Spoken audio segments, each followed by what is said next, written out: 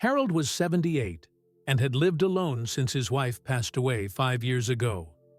His days were quiet and predictable. Morning coffee, crosswords, a short walk, then an afternoon nap. But one Thursday afternoon, something changed.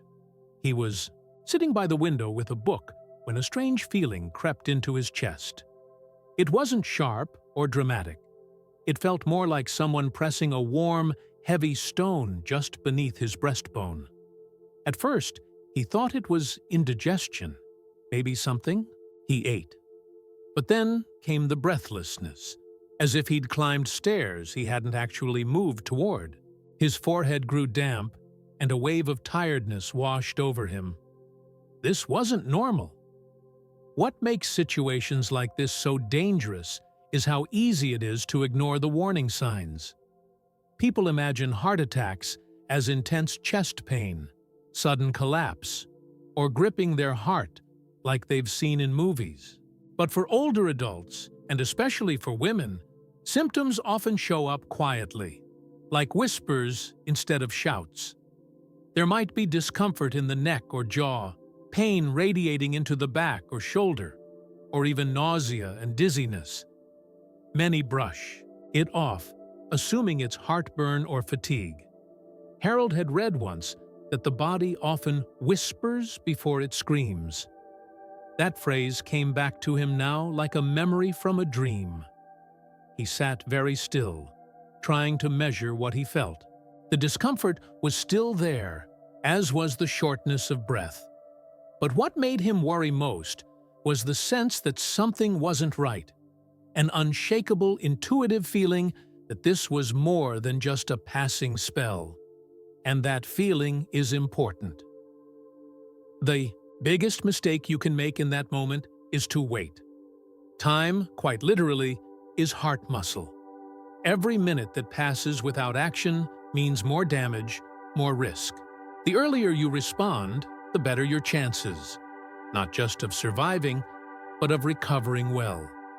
When your body speaks, especially in new and unsettling ways, listen.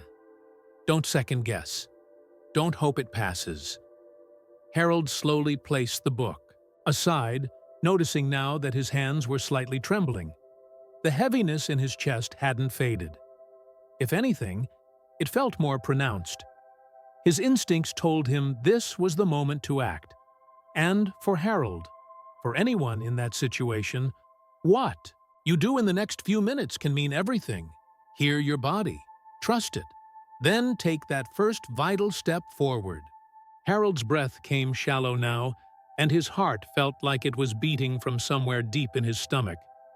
He had never called emergency services for himself before, and the thought of doing so made his hand hover uncertainly over the phone. What if he was wrong? What if it was just gas or nerves? But something deeper in him, a quiet voice of reason, insisted, this is not the time for pride or doubt. He picked up the phone and dialed. The voice on the other end was calm, guiding. "Can you tell me your name, sir?" the dispatcher asked. Harold answered, his voice thinner than usual. "I think I might be having a heart attack," he said, surprised by how fragile it sounded out loud. "Good that you called," the ED voice replied gently. "Help is on the way. Do you have aspirin nearby?" He did. There was a bottle in the kitchen drawer, one he hadn't touched in months. The dispatcher instructed him clearly, "Don't swallow it, chew it slowly." Harold nodded, even though she couldn't see him, and followed the instruction with trembling hands. The bitterness of the tablet filled his mouth, but he focused on the task.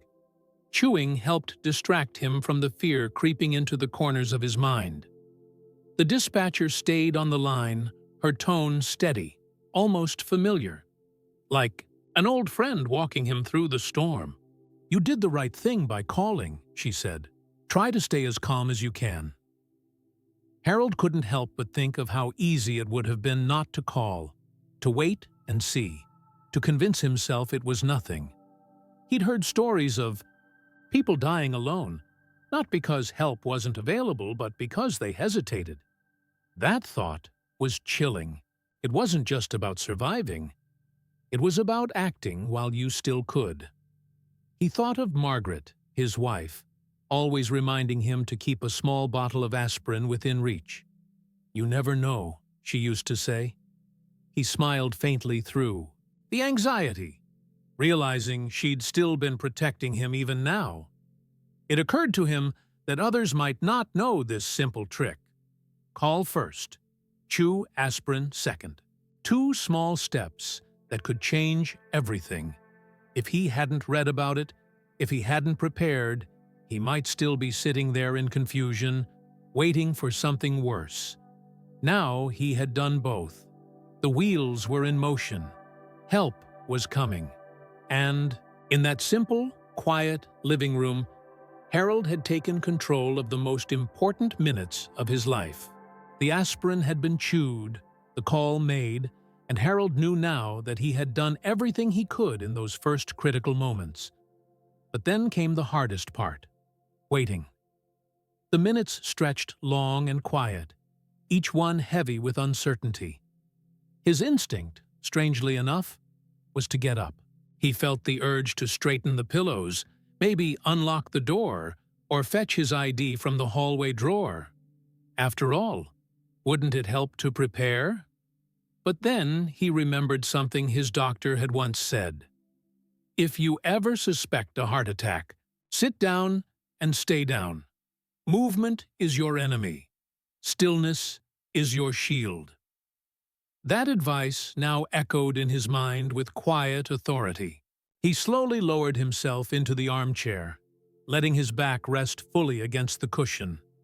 His legs were flat on the floor, hands resting lightly on his thighs. He could feel his heart working harder than usual, but he was doing his part to make that job easier. Harold focused on being still. Every unnecessary movement was a cost his body couldn't afford. He looked at the clock. It had only been 4 minutes since he called, but it felt like 20. He tried not to let the fear rise again. He reminded himself, "I've done what I needed to do. Now I wait."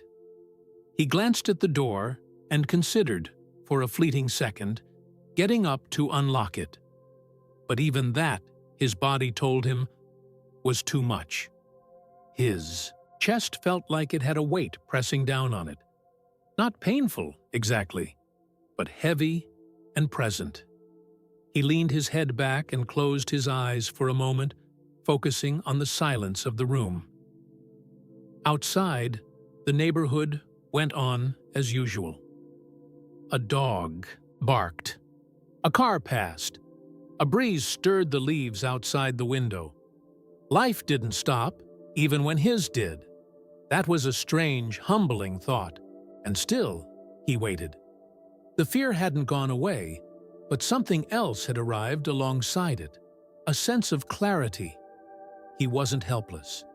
He was doing exactly what he needed to do, conserving energy, protecting his heart, trusting the process. Stillness was not giving up. It was survival. He reached for the small pillow beside him and placed it gently behind his lower back. A simple gesture, but it made him feel more grounded, more present. He breathed slowly, deliberately. There was nothing more to fix or control. For now, his only job was this: stay still, stay safe, and let the help come to him. Harold's phone rested gently on the arm of the chair, still connected to the dispatcher. He had switched it to speaker mode as soon as he settled in. The woman's voice continued to speak in calm intervals, reassuring him that help was on the way, encouraging him to stay as still as possible. Having her voice in the room, even just digitally, made him feel less alone. It was as though someone was sitting across from him, keeping watch. He was thankful now that his daughter had helped him set up the emergency medical ID on his phone just a few months earlier. He hadn't thought much of it at the time. But now, The idea that paramedics could access his vital information, his age, medications, history of high blood pressure, his allergy to penicillin, without needing to ask, brought a sense of security he hadn't expected. As the minutes ticked by, Harold felt a familiar tension building inside his chest, not from pain, but from the steady rise of anxiety. His breathing had grown shallow. His shoulders tightened. His thoughts began to spin. What if the ambulance didn't arrive in time? What if this was it? He could feel panic waiting just beyond the edges of his calm. But then, like a thread woven from memory, he remembered a technique from his last physical therapy session. His doctor had taught him a simple breathing pattern.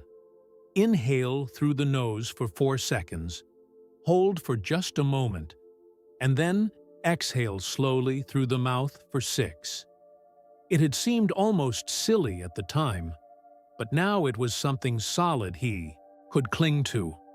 He closed his eyes and began to breathe.